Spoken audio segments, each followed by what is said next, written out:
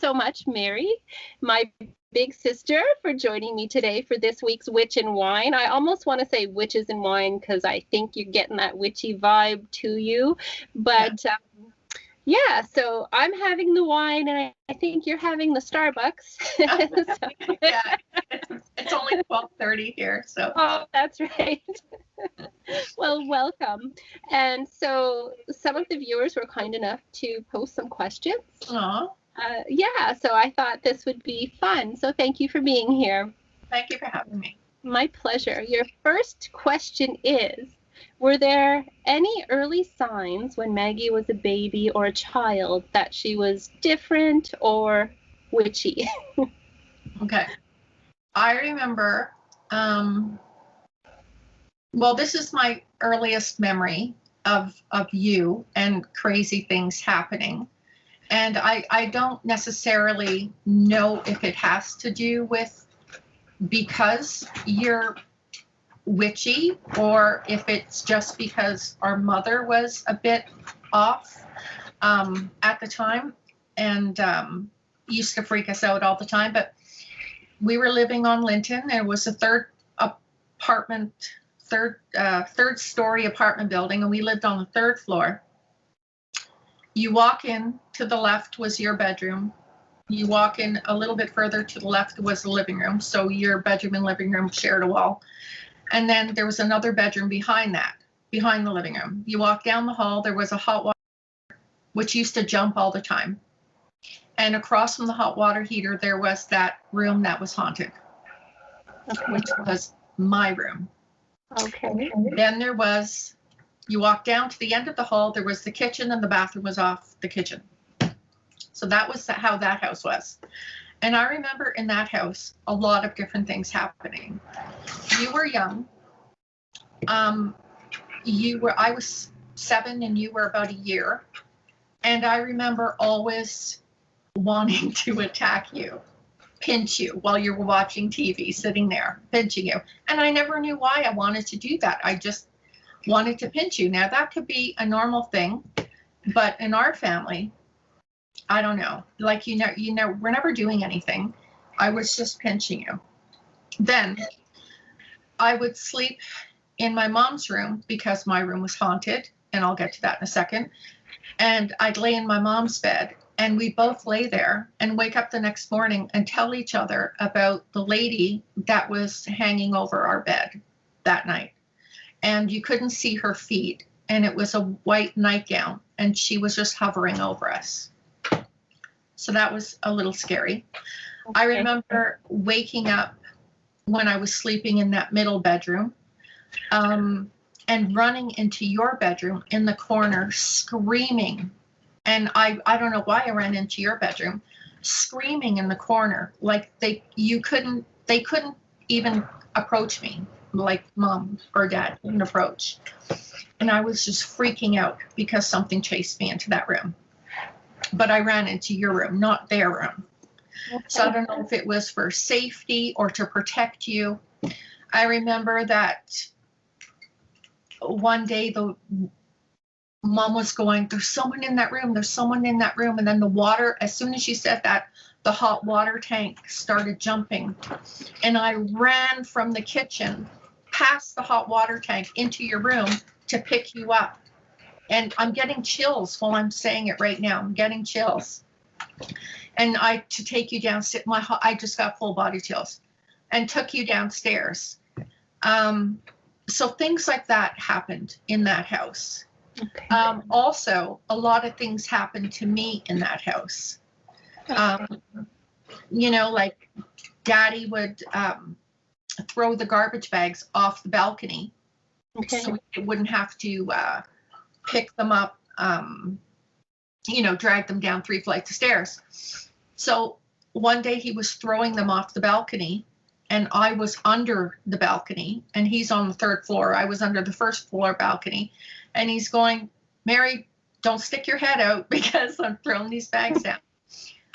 So of course he threw the bag down. I stuck my head out, and bang, passed right out. The bag hit me in the head. I woke up in that haunted bedroom, and Dad was shaking me. That happened there. Also, I was playing across the street, and I don't know, I was upset at you or something. I think I got in trouble for pinching you. And I went and I started walking along this wrought iron. They used to have the wrought iron little fences. I don't know.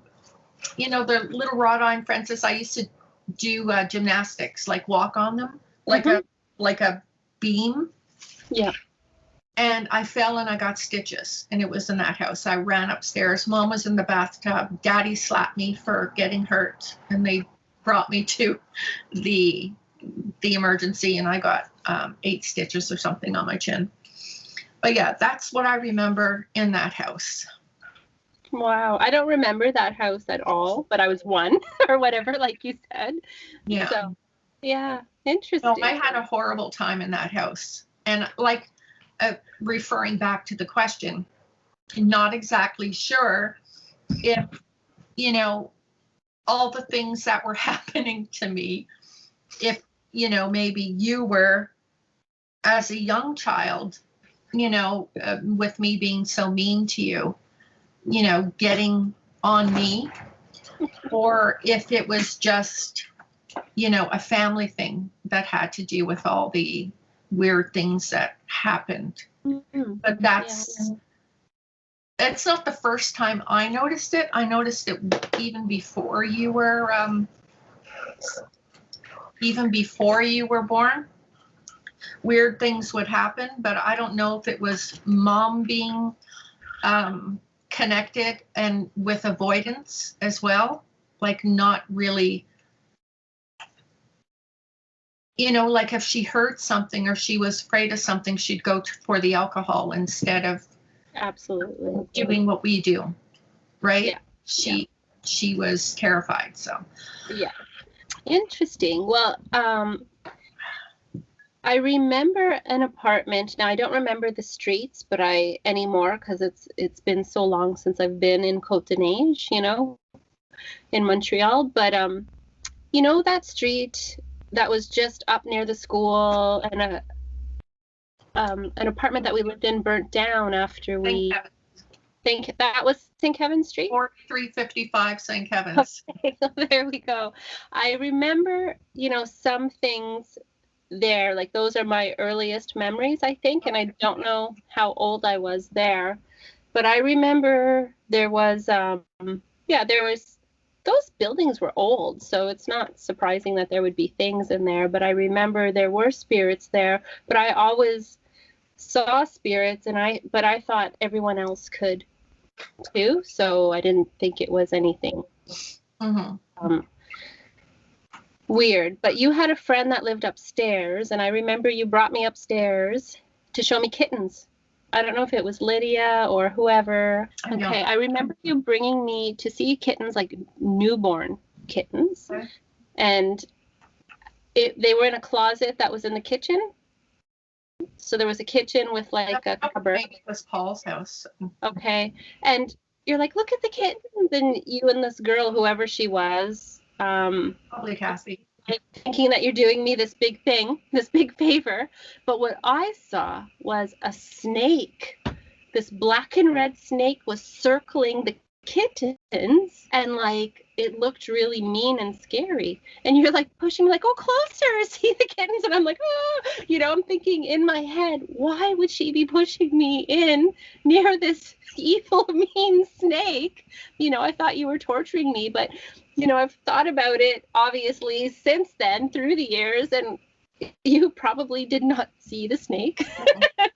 It was probably like a spirit snake. I'm sure they didn't have a snake in there with the newborn kittens. Yeah. You know what I mean? Yeah. So that's, I didn't see a snake. yeah. So that's one of my earliest memories of, like, you know, confirmed real feeling, like seeing physical things that I thought everybody else saw, but they didn't, obviously. Well, we lived in 2 different apartments in that building, particularly before it burned down. I don't remember too much bad there, except that I couldn't sleep. I just never slept. I was always awake. It was like someone was always pushing me to be awake. And you slept in the same room as Mom. So I don't remember too much happening in that apartment, except for the not sleeping. If anything else, I blocked it out. I know that I brought 2 animals home and they both died. So I don't know if that had anything to do with the evil in that building. But I don't know if it was evil or whatever. Like, I remember having friends that obviously I thought everybody knew that I was playing with, that I would just quietly play all by myself. And, you know, Dad had mentioned this while we would get drunk when he would come and visit and we'd talk about stuff. He'd be like, you were always so good. You would just play in the rooms by yourself and just talk. We never knew who you were talking to. And I'm like, yeah, I thought everybody else, like, you know, could see them. But it's not like I could see them like I see you. The snake I did, totally. But like spirits, it's just kind of like I knew they were there enough to have fun with them. I don't know, but I remember that building a little bit. I remember getting my ears pierced by this lady downstairs. I think she might have been into like hoodoo or something. When I remember back, you know, she had like the altar and the different things and whatever. But then when we moved, we moved to a different place where I have my most memories, where Mom and Dad broke up, and that place. But yeah, Lavoie. So once we moved to there, I think our old building burnt down, didn't it? Yeah. Yeah. But also in that other apartment on St. Kevin's, before we moved to Lavoie, me and Mom used to see spirits, silhouettes on the wall. And that's where I had the German measles. And I had to stay in the dark for 3 weeks in the bedroom. Because I caught them too. It was awful, awful. Was it? Yeah. I used to run out terrified in that apartment. It was the back apartment, and sit on the stairs in the stairwell because I was just terrified. I used to run out of there all the time. Really? That was my favorite apartment, and the one that I have the most fond memories of interacting with the spirit. And I often meditate and go back to that place. Well, that spirit didn't like me, or I just wasn't open to it at that particular time. Yeah. You know, because Mom wasn't. And, you know, like, I wasn't open to all of this until later on in life. And I thought you were a little bit, not crazy, but I think I blamed Mom for pushing you out of the house. And that freaked me out so much because she did so much damage to herself with us living there. And I could look back now as a mother and think that she must have seen what we seen or what you saw, and that's how she dealt with it. That's the only explanation. Like I can think of. Yeah, out of herself, that's for sure. Yeah. Okay, question number 2. And sorry, folks that are watching, this is how my sister and I are when we start talking. Like, we'll call each other and we'll be like, it's just for a quick minute. I have one quick question. And like 2 hours later, we're all over the place. So I'm going to try and keep this on track. Okay. Were you ever worried about Maggie because of her interests in the occult? Yes. Okay. I'm a Leo, and I have an eye in case that's a surprise to anyone. I didn't want to. I didn't know what I believed in when I was a teenager. When I realized, I didn't really realize all these things were happening to us growing up. I didn't think, oh, I'm a witch, or oh, she's a witch. Just these things were happening. Mm-hmm. And I couldn't explain it. Like our mother was scared all the time and used to, well, we'll go to that story later, but I didn't know what to think. And then when you moved out, I was moved out already, because I think I moved out and had a baby. And then you moved out, and I didn't know what you were into at some point. I sort of led the normal life, Mm-hmm. and didn't want to think of you doing anything but living a normal life. And you went in another direction that freaked me out at the time, because I was still so young and you were still very young, and our mother was psychotic in mental hospitals a lot. And it just frightened me. And it concerned me to the core. And then you moved out of Quebec and freaked me out even more. And I didn't like it very much in the beginning, because I didn't understand it, and I didn't understand what we were going through as the three women living in that house, what was happening to us. Mm-hmm. Okay. Question number 3. Have you ever had to deal with people discriminating against you or Maggie because of her beliefs?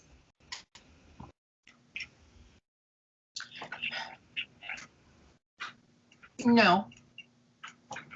Just our parents, really, in the beginning, like mom and dad. Mm-hmm. But no one else found it odd around me. Do you know what I mean? Like, yeah. When I would say, oh, my sister is practicing this, or my sister is doing this, everyone was so interested, and cool. They were just so, even my friends are your friends now, and are into the same thing we're all into. So, no, I can't say it was more me. I would never let anyone say anything horrible, even if I went, oh, fuck, she's a witch. Like, if someone else said it, I'd go, yeah, she's a witch. So what? Like, I would always be more in defense of you. Mm-hmm. But to you, like, I always said what I felt. It's like, you were the mother. That. Yeah, you were the mother. You were my mother, pretty much. Yes. It was like, what the fuck? Sorry. You and Dad would be like, don't talk about that stuff. People are going to think you're crazy. Shut up. What? Even though we were seeing stuff and all that. Can't admit it, though. It was hard to explain. Yeah. Like, my life was going in a different direction, and I didn't even want to think that could be happening to us. Yeah. It's almost like getting abused and putting it way behind in your head. Yeah. And not thinking about it until you're older and go, okay, this is why these things were happening. Yeah. But with me, when I look back, I'm like, it all makes sense now. At the time, I just thought, yeah, that's what it's like for everyone. Yeah. I was more concerned about your piercings and your tattoos in the beginning than anything else. And the motorcycles and the gangs. Yeah, exactly. Yeah. It's like, oh my God. That was pretty wild. Yeah. But do you have any children? And if you do, did you hide the truth about Maggie from them, or did you hide it from other family members as well? No, never hid anything. My kids, I have 4 children, all adults. They all know Maggie's a witch, and her mother's a witch. Different type, maybe.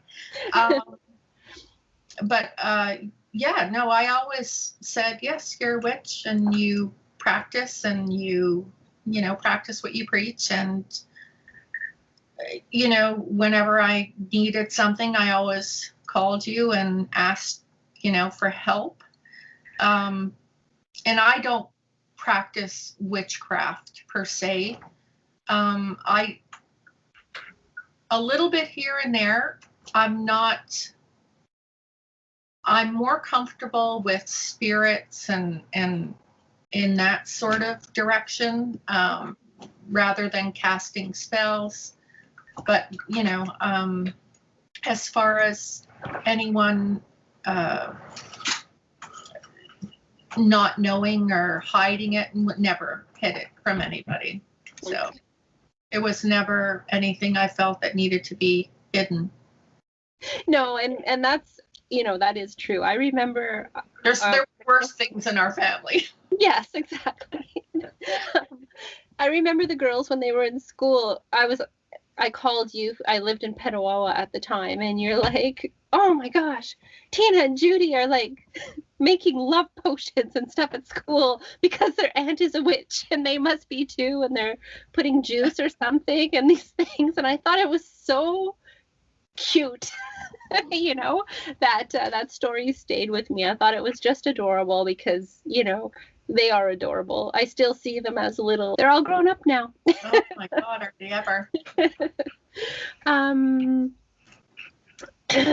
Okay. How do you feel about having a witch as a sister? Are you proud, ashamed, or indifferent?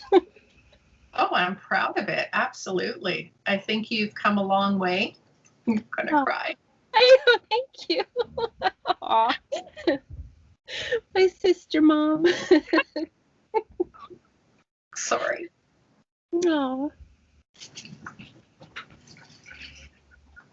You're so cute. Sorry. Okay.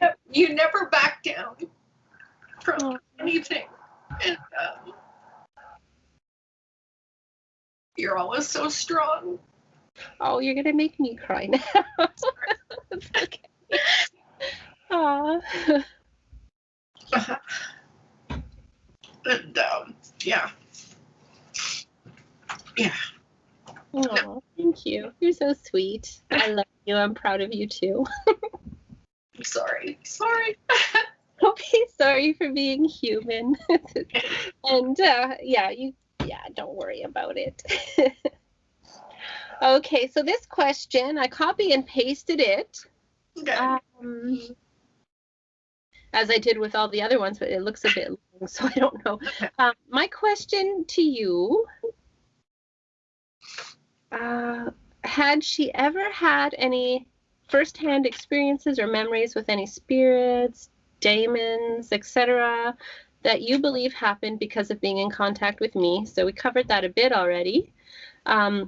The person's reasoning behind this is because every time their older brother is around them, you know, he swears that his spirits go home with him, or like he's never elaborated on what exactly it means. But yeah, they're just wondering if... No, I understand. I think I understand the question. Okay. I think he's asking that because I hang around with you, is there any after effects that come with me after we talk or whatever? And I have to say yes. Okay. Because even though we're not physically together a lot, when we have almost a mental telepathy when it comes to our parents. And oh God, this is so sucky. You know, that time when I was doing my spirit box and I was in the kitchen and, you know, I had the spirit box on, I was cooking dinner and I'm singing a song to Dad, the one. And then you called me and you had no idea because I hadn't talked to you. And you called me and you said, remember that song that Dad used to sing to you? And I said, I was just singing it to Dad. And then, you know, like things with Mom and stuff like that. I think that we don't even have to talk and we'll contact each other and go, this just happened. And you'll go, this just happened. And, you know, and it's sort of all intertwines, but nothing negative. Okay. Yeah, like that. that song, Mares Eat Oats and Does Eat Oats or whatever, because I had Dad standing there singing it to me while I was brushing my teeth, and I'm like, okay, and I'm not sure. She's gonna think I'm crazy, and he's like, no, just call her and tell her. And you had asked Dad on your spirit box, what was that song? And so he was singing it to me all morning, following me around, and I'm like, okay, I'm gonna call her already. Well, I knew the first words of it, so I was going, remember that song, Dad, Mares Eat Oats, with the oats and whatever. And the spirit box is just going on, and they're having chats with each other, and I'm going, oh my God, that happened. Yeah. For those of you that are curious what's going on, my sister's very much into the spirit box, and that's her primary means of communicating with spirits and stuff. We've had a lot of loss. I mean, in the year and so yeah, you've discovered your talent for communicating with spirits, and you like to use the spirit box, and I like to use.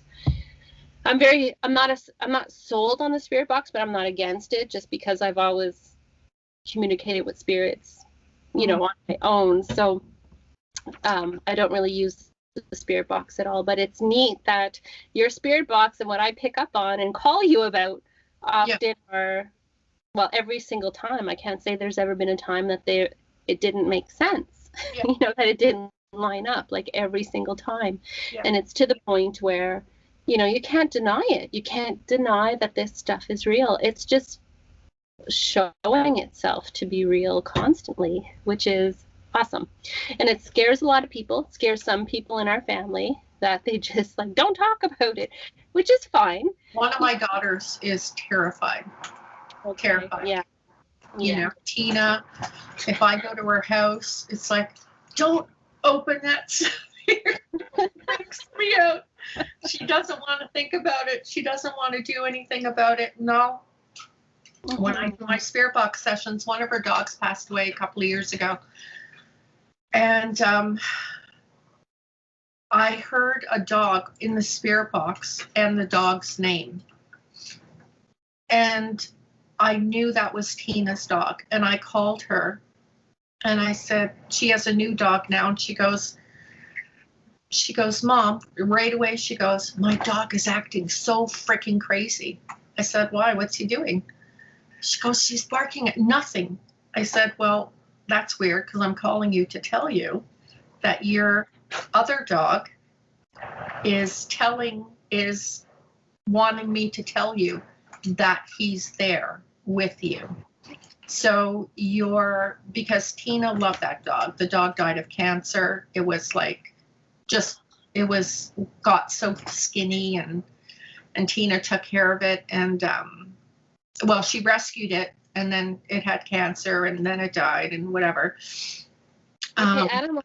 Now I'm going to be the one crying, because anything animals, I just, yeah. Okay. So she got another dog. Her husband bought her another dog, after. This was a couple of years ago that her dog died. And this was only about 5 months ago that I had said that her dog came through and wanted me to tell her that her dog is with her always. And her dog was barking at nothing. And that never happened before. So whenever something like that happens, she always calls me to see what it just had happened that I had called her, was going to tell her, but she told me first, and I went, this is why you called me. This is, the connective. Neat. Okay, the last question 7. She must be okay with it now, but how did you tell her? How does she feel about what you did? And what about the rest of the family? So I know we touched on a bit of that already, but I don't even remember how I told you. Did I ever tell you, or progression? I don't know. I think I just married Vern, and you started. I think you were just starting to get into tarot, and we were at Papa and Lils in Verdun, and we were there. We were all there for dinner, and you said, "Mary, do you want me to do your cards?" And I went, "Sure, whatever." And you said, you want me to do your cards? And I said, sure, why not?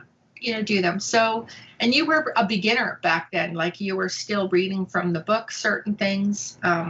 Okay, so that must have been the teenage years now we're talking. And I had just gotten married, and you had said, a bunch of things to me, but you had also said that, something was going to happen and there was going to be a new man in my life. Okay. And those aren't the exact words, but that's what I took of the reading. And 9 months later, I had Robert, my son. Okay. All right. And because I was just married, and I went, what do you mean new man in my life? Like I just got married. But Robert came along not shortly after, but I got married in October. We probably talked about it. It was Christmas maybe when we got together. And by that next December, that's the new man that was in my life. So sweet. Yeah. And Papa and Lil, they didn't care. They let you do it. And yeah, like no one. Yeah, Lil's our stepmom, for those who are wondering who Lil is. And Lil was quite witchy herself. But I remember she had all these cool books. And when I was 10, I moved in with Dad and Lil in Brossard. Mm-hmm. Where the kitchen was, there was that extra room that had the sunken floor. Do you remember the big hole in the floor? I think so. Well, beyond that sunken floor, there was a bookshelf with all these amazing books. So when I would get home from school, I would like shimmy along the side of the wall to avoid falling into that friggin' pit of a hole in the floor to get to her books. Like she had the Tao Te Ching, she had like books on astral travel and tarot and astrology and things like that. And so I would risk my life to go and grab these books. She never knew they were gone because nobody else was stupid enough to go in that room except for me. And I, had all these books hidden under my bed, and I would read them and stuff. And that really, I think her books really helped guide my way, along. And Carlos Castaneda books and stuff like that. It was really cool. So family part, Lil always knew, and she encouraged it. She was just always worried about what type of coven I was in, because my first coven was in Montreal, and I lived all the way in Ontario, like Petawawa, and I would drive to Montreal all the time for the coven meetings every full moon or every Sabbath. And my husband at the time, my first husband, Joel, would stay back and watch Alicia, my first daughter. Well, my only daughter, really. I have 2 sons after her. And she was just concerned about what type of coven I had. But at the time, it was Wicca, so it was nothing like she was worried about. So about the family. Dad at first was like, don't talk about it. People are going to think you're crazy. And that switched over once I proved myself to everyone. I think like with just being spot on with stuff that they couldn't deny over a period of time, Dad would start introducing me as, oh, this is Margaret. This is my daughter. She's a witch. And you don't really have to introduce me that way to everybody, Dad. But he'd like, but she's a good witch, though. So that was his introduction. Here's Margaret, my daughter. She's a witch. She's a good witch. And Percy, our grandfather, who for some reason we called him by his first name our whole life. I don't know. He was very close to us, and he was an awesome guy. We just called him Percy. I'm not sure why. But his family was like, he could never accept anything that I talked about, even though I think he was probably intuitive as well as our grandmother, Nanny. I think that's why she had her shot of brandy every morning and prayed all the time, like we were talking about a little bit before the interview started. Where was I going with this? I forget now. About family accepting and stuff. So yeah, Percy wouldn't accept it at all because his parents were Methodists originally. that brought that Methodist religion over to Canada from Ireland. It makes sense why he was so against it until passing away. And when he was passing away, he came to me and told me that he was going to die. And I should be there for Mom. Yeah. And so I called Mom, and Mom had said, no, he's in the hospital for the flu. He's coming home today. And I'm like, well, Mom, Percy was just here and he said this. And she's like, would you stop it with that garbage? Yeah. You know, you just let people. And she hung up on me, you know. And then she called me back not even 5 minutes later. I have to go to the hospital. It's not good. They called me, Percy, blah, blah, blah, blah, blah, blah. And she ran away. And he did pass away. And then she apologized after. But I think after that, anytime anybody was worried about contacting a spirit or wanted a tarot reading, they called me. Even our family members that I hadn't talked to for like 10 years or whatever, they'd be calling me for advice about people and things like that. So I think eventually everybody kind of came around. So thank you, Mary, so much for doing this with me. It was awesome to have this time with you and reflect back on our past and things like that. It was awesome. Yeah, I mean, there's tons more stories when we have more time, but yeah, there's a lot of shit that happened. A lot of shit gone down. Yes, lots of shit gone down, that's for sure. So I love you, and thank you so much. And thank everyone for asking questions and wanting to get to know me a little bit. Yeah, that was fun. Awesome. And until next time, I wish you dark and wild blessings.